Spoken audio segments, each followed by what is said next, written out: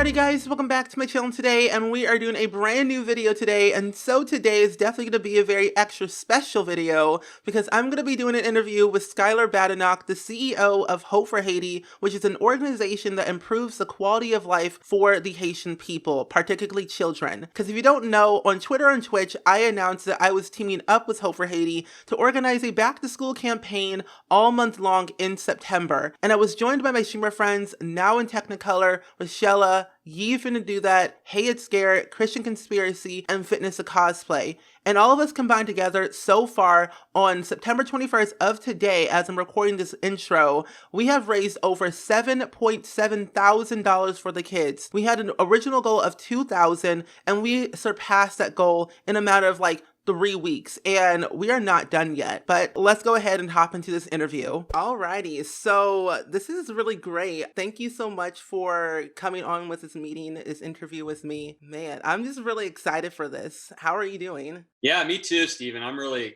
excited and ready for your questions. I heard you prepared some hard ones for me today, and hope not to sweat it out too much. Yeah, I paired a few questions. Great. Well, hey, before you get started, I just want to say thank you to you and your group of friends and the entire community that you represent.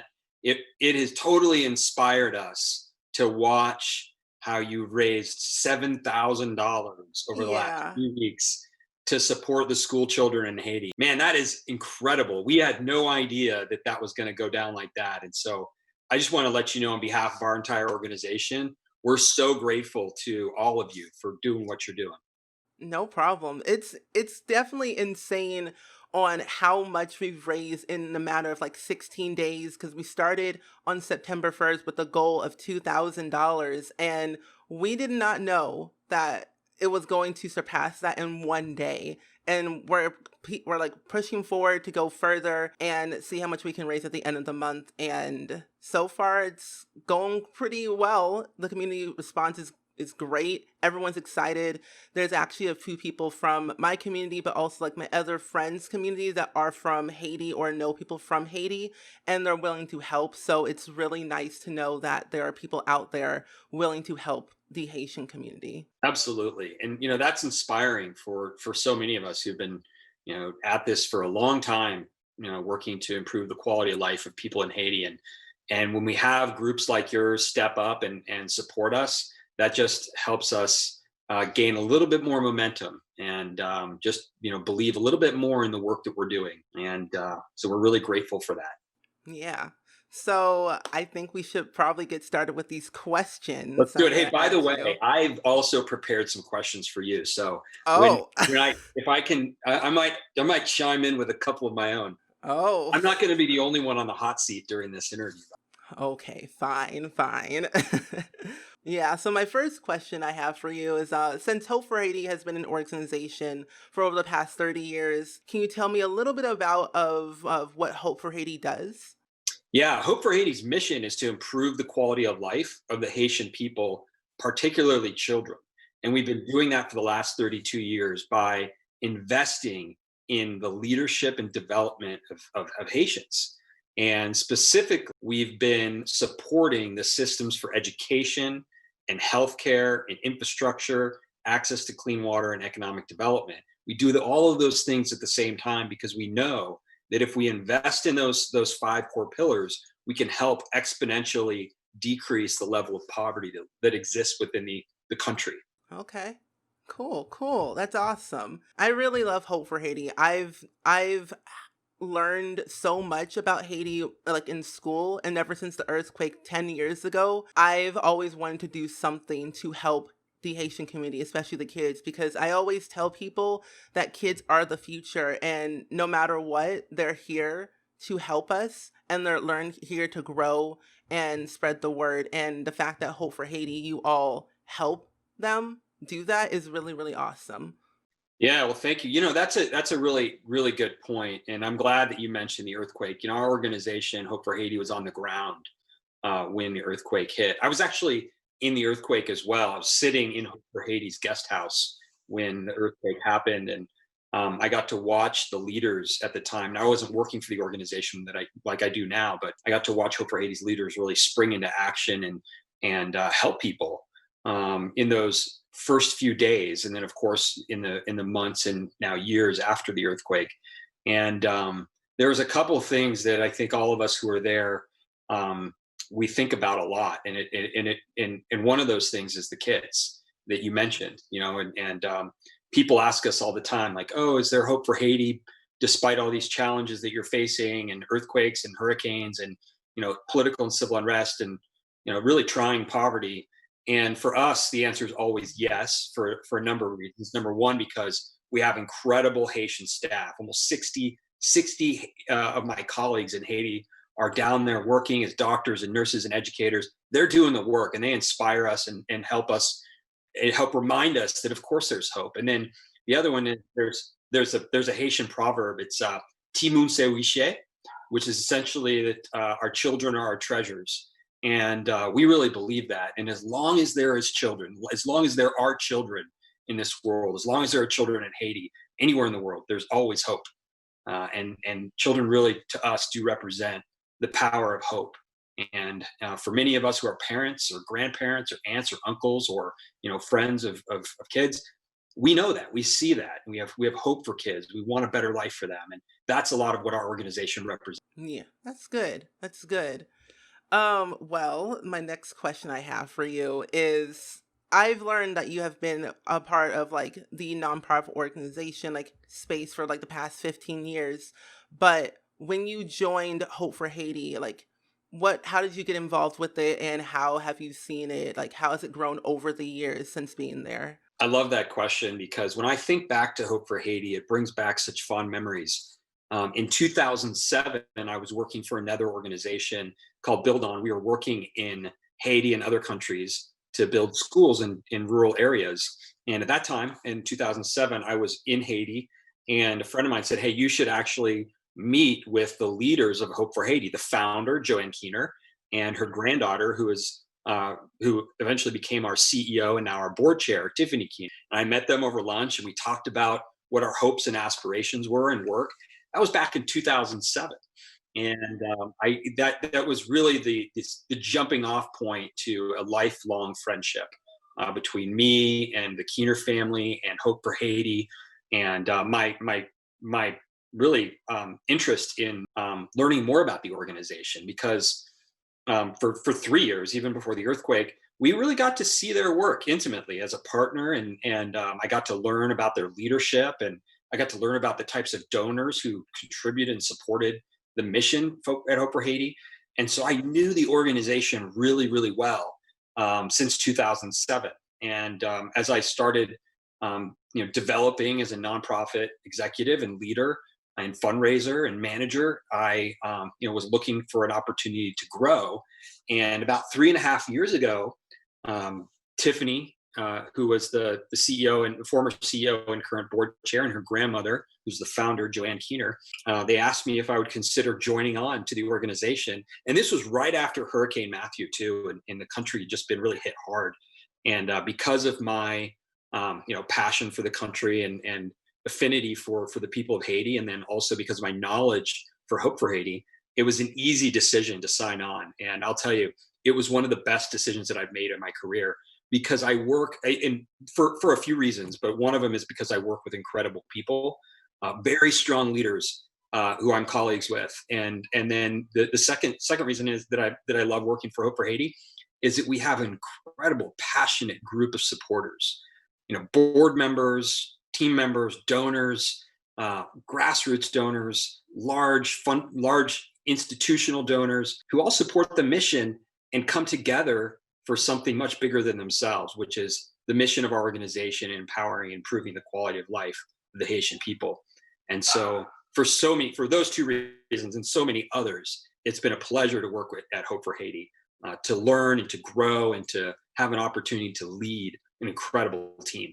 Yeah, learning all about that, because like like 15 years is a lot, and you being in that organization is really making an impact on not just like your colleagues, but also for the Haitian community. And it's really, really beneficial and very amazing on how much you all have done over the past many, many years, from Hype for Haiti, the back to school campaigns, and just everything else that you all do there is really nice. Yeah, thank you. And one of the things, Stephen, that I fundamentally believe in is this idea of distributed leadership. And what that means to me is that everybody on our team is a leader, and everybody on our team has the opportunity to both make an impact within the organization and also towards our mission. And so I take that very seriously, and I believe in it. And some of the happiest moments that I've experienced at Hope for Haiti is watching my team members excel and grow in their roles. That's just, I don't know. It's something that I love to see. I love to see when a doctor gets excited about creating a new program that helps serve people with diabetes. Or I love seeing my colleague Taylor Hebel, who really came up with the idea for the Hike for Haiti, see that through its first few years, where now we're raising $100,000 to support education.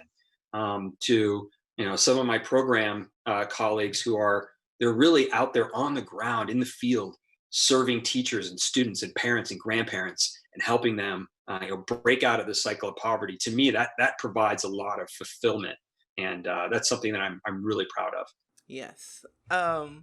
That's really good. And honestly, I didn't know about Hike for Haiti back then, and like researching and looking at it before I've contacted you all, I was like, that's a lot of steps to take, like 200 flights of stairs every single day, sometimes multiple times a day is a lot for the average American, I think. For me it is. But for Haiti, like they have to do it pretty much to get education, healthcare, and like literally clean water. Like that's just like the basic things that us Americans and people around the world usually have access to them just right then and there, but they have to work towards it. And I think with Hike for Haiti, having other people participate in it to kind of join in and do that type of like event to like the equivalent of what they do every day is really awesome. Yeah.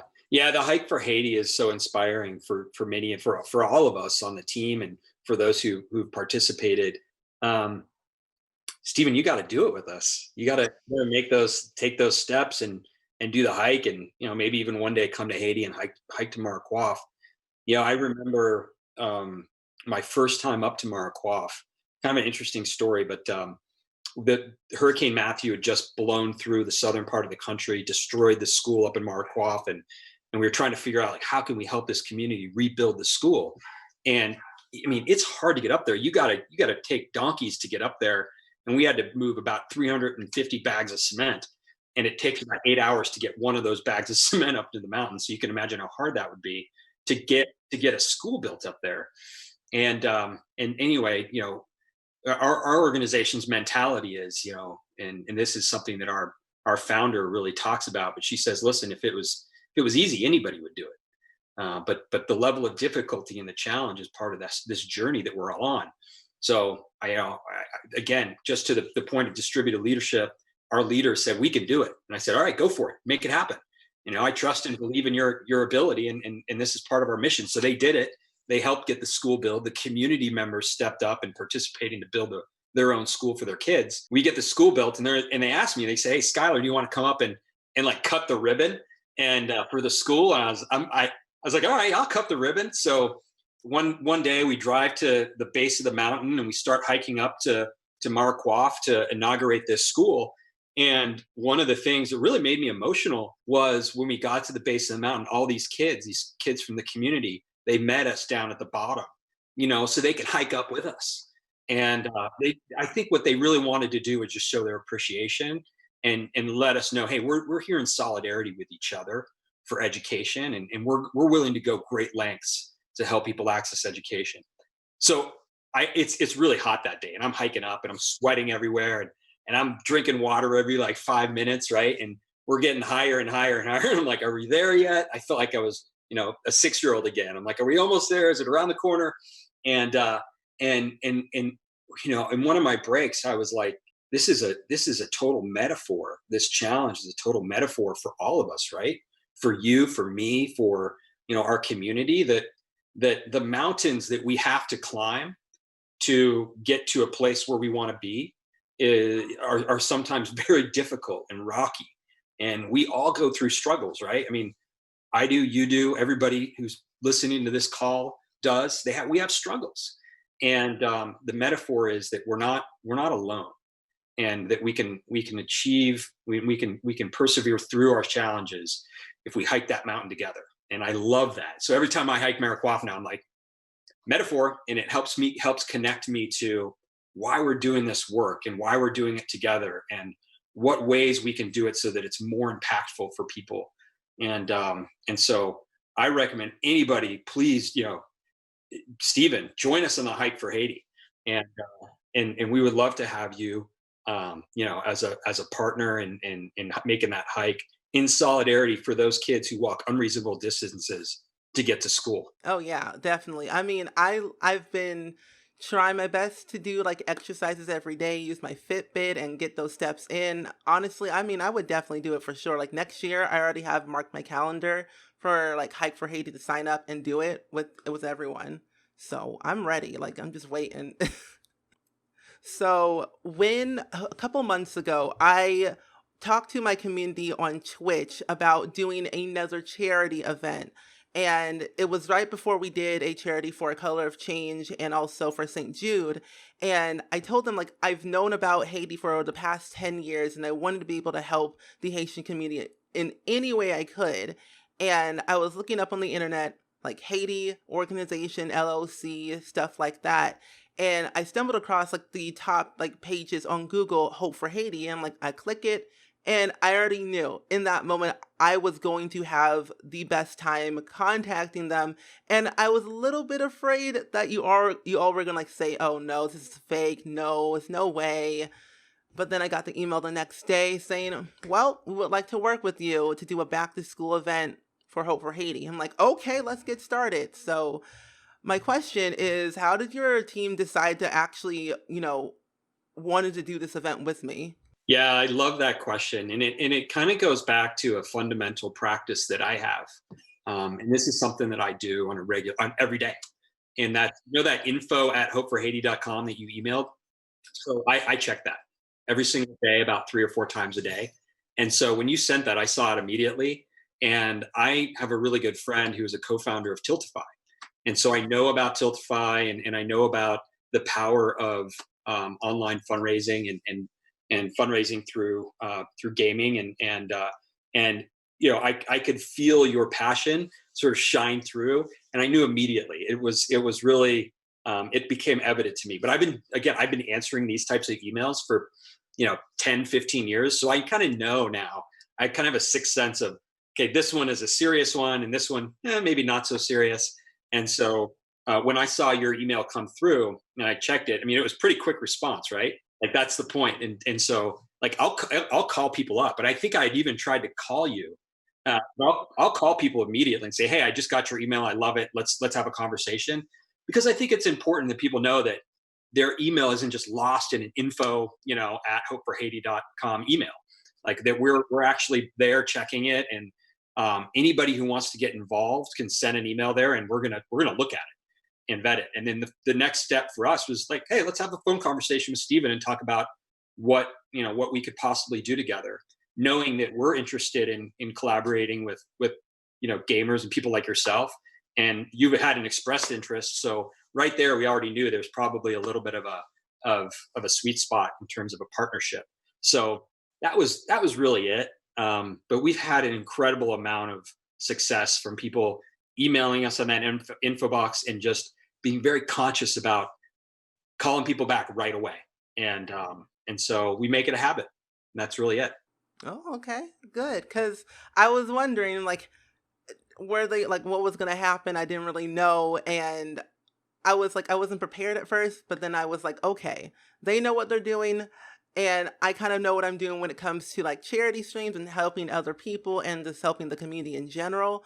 So, with both of like your team's ideas and my ideas, it became a really solid like idea, and like we made it work. because I had set the goal, or actually we both set the goal of 2,000, and it's like for the whole entire month, and it was just something that I knew my community could do because we've done it before, but I wanted to bring other people in, like with my other friends who do stream on Twitch, to kind of collaborate with me on this. And so far we've just blown out the water. It's crazy. Yeah, and one other thing you might not know or think of, but you're really pushing us to do new things. Like, as you knew this, we didn't have a big presence on Tiltify.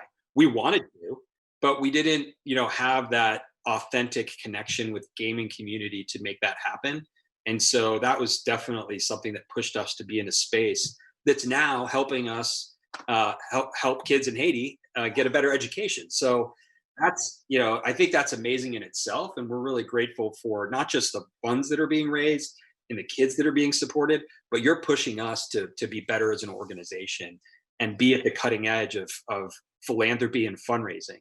And so, that's not lost on us. Honestly, I was a little bit concerned, like, why aren't they not on Tiltify? What's going on? So I'm glad that you're all on Tiltify now and we're making it happen. So with the success that we've like done so far, like, do you see this being like an annual thing every year? I would love that. And we want to engage more and more with the gaming community who are interested in making an impact in Haiti. There are a couple of things that we're really good at, and one of them is being able to make a very efficient impact almost immediately with the funds that are being raised. And so I think that translates really well into the gaming community. And so, yeah, we would love to make it an annual thing. I think, like I think we had a call earlier, and I think I called you the godfather of Hope for Haiti gaming gaming program. And I really believe that. Like, you're gonna always be known as the person who was the first to help us sort of break into this space. And for that, we're going to be forever grateful to you. And we're going to be hopeful that others will want to do this. And it might be other games, that exist out there on the platform that people want to play. And so, that will hopefully lead to really amazing and beautiful things in the future. hmm Like, already, me and my team have been thinking of new ideas that we could do for the charity. We have some special surprises that we're doing towards the end of the month that I think all of our like communities together are really excited about because we all share the same like audience in a way. And it's like we all play The Sims, but we also play other games that we could play together or our community could like join us into, like Minecraft or this new popular game that's not new but has picked up traffic in the gaming space called Among Us and Fall Guys and stuff like that. So it's really making sure that we can involve everyone when we want to do something like Hope for Haiti or any charity basically. So I think this is like the first thing and first major event that could really make a huge impact like every year, almost pretty much almost every day, because anyone can like start a charity stream at any time that they want to and like just do it. So I think from what we're doing and what our audience are like resonating from this, can say they can do it too, no matter what, whether you want to spread the word about it through word of mouth to your friends and family, or you want to do it online with your audience. You could do either one. And like every dollar amount counts no matter what it is. Absolutely. I mean, I've been following your campaign very closely. In fact, I was following very closely when you were $52 away from $53 away. Did you see that? Yeah. Yeah. So, I mean, I've been paying close attention, but I love a dollar 20. People have donated a dollar 20, and I can't tell you that those types of donations are also very meaningful to me and to the entire organization, because it's about the fundraising, but it's also about, hey, I'm in solidarity. I'm in solidarity with these kids, and I'm gonna commit resources to support them. And it doesn't have to be, a huge amount. It can be a dollar, and that makes just as much of a difference and provides us with inspiration too. Exactly. Yeah. And I mean, I always tell my communities every time we reach over like 1,000, I always say that $1,000 that provides one student with a 1 year college scholarship. Like that's insane. Like we just helped 7 students already to go to college for 1 full year for that college scholarship. Like that's just Yeah, that's a beautiful program, and yeah, I have a short. I'll keep it short, but because of my time in Haiti, I've gotten to know a few students over the years, and some who I've met for the first time when they were in fifth grade, and they're now college students. Makes you feel a little bit old. I don't know, but fifth grade, and to watch them overcome challenge after challenge after challenge that was presented to them, graduate from high school, which is a very difficult thing to do in Haiti, and then go on to college. That is to me the epitome of hard work, determination, perseverance, never giving up, and following your dreams. And that's what we want to help support, are those young students who have really committed everything they have to go to college. And many times they're the first in their families to go to college. They're pursuing very important careers like nursing and business and agronomy.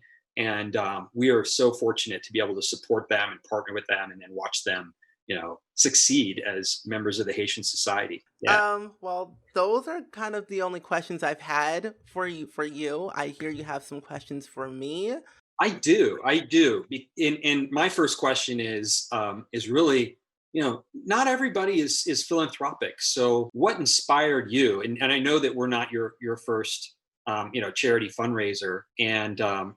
I always want to learn, like, what inspired you to be charitable, to give back, and what's your thought process around it? I've always been like a giving person. My parents are giving people. So my parents have taught me to give back as much as you can, no matter what it is, whether word of mouth or, by money donations. And I've always thought, every everything matters no matter what it is, whether you're helping someone on the street or you're giving food away or you're donating money, whatever it is, it all matters. And I've always thought, because the way I grew up and my parents being in the military, and some people don't really have parents anymore because military reasons, and just growing up in like the suburban area, I think so. It's and the way I live and the things that I have, I feel like I can give more because all things are not guaranteed. All things are,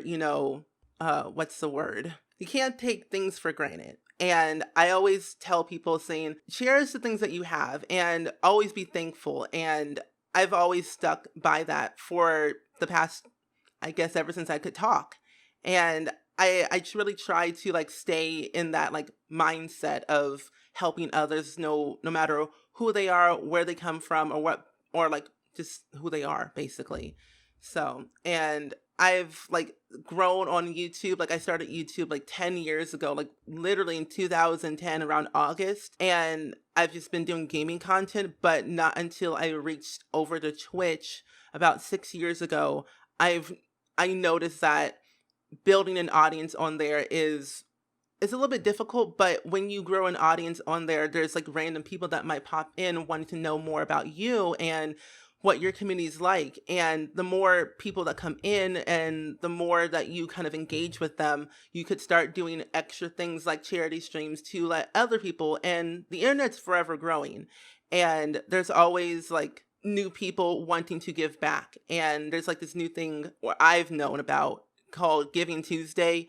And like my parents told me about it. I'm like, oh, that's pretty cool. So I'm like, huh, I might try that one day too.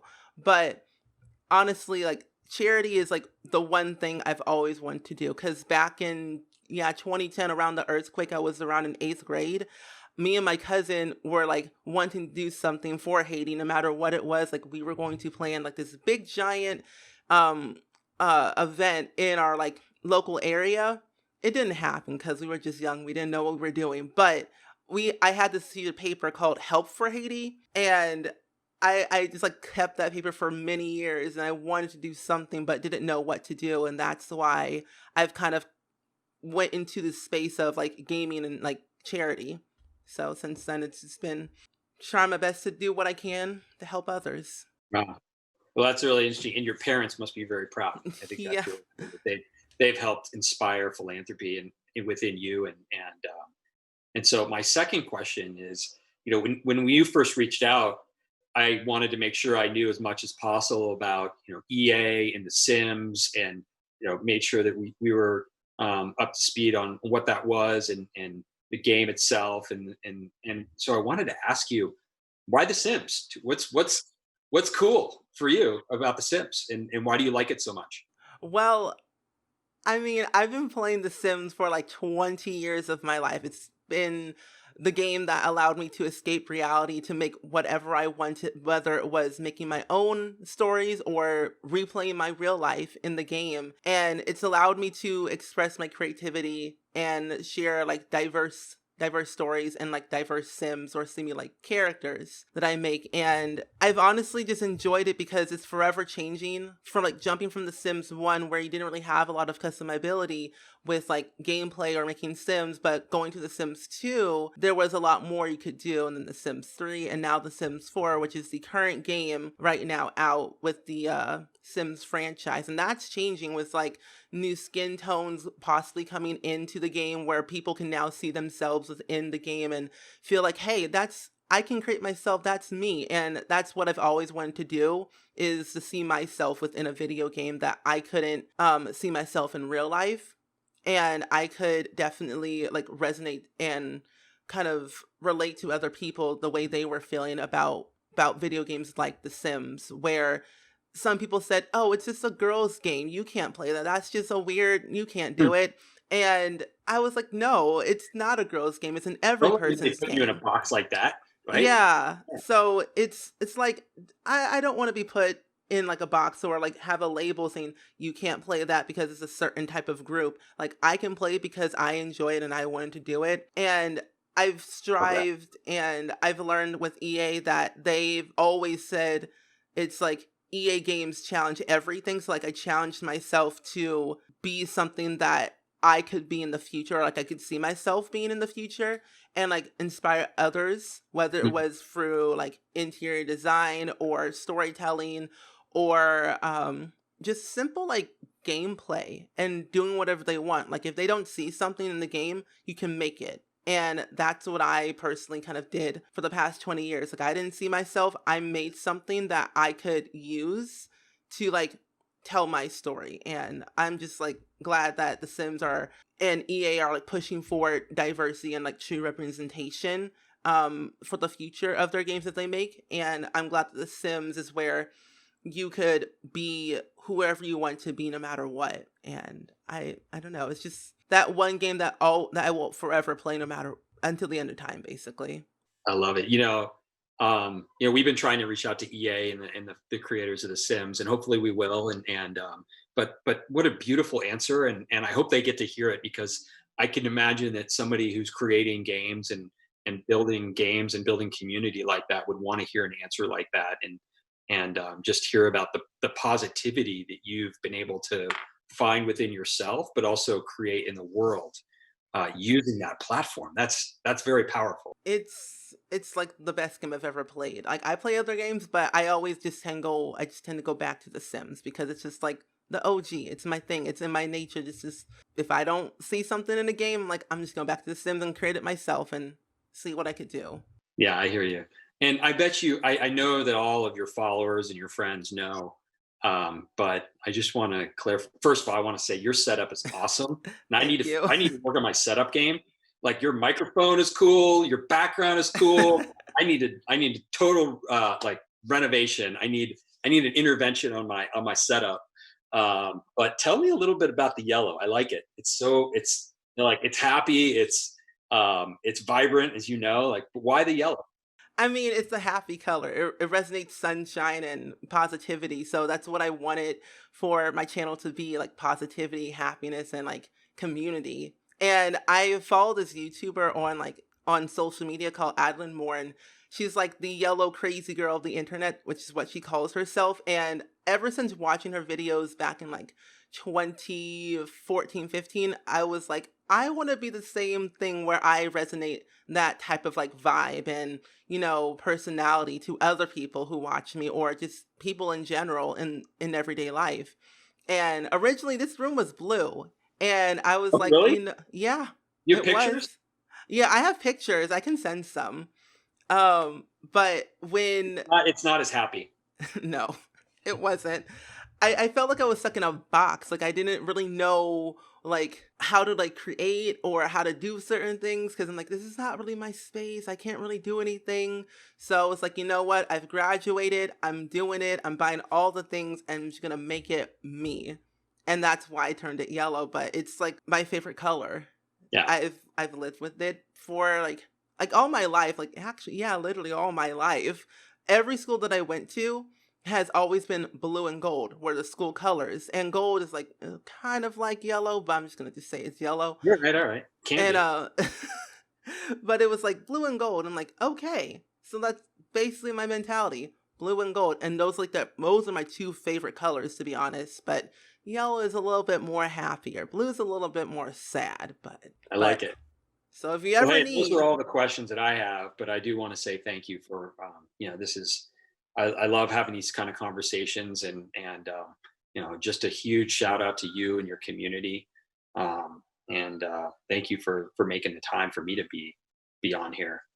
no problem. Honestly, I'm glad that we did this because I've wanted to be able to share my experience, but also like your experience about like Hope for Haiti and letting other people know about it so they could like help out if they want to because some people don't really know about Haiti and I feel like with the platform that I have, I want to be able to use it for good and then spread awareness and teach people saying, "Hey, you can do this too, no matter who you are or amount of following or no following. Like you could literally change the world with like one word or sharing that one link or that one post or whatever to that one person because with that one person could do so much."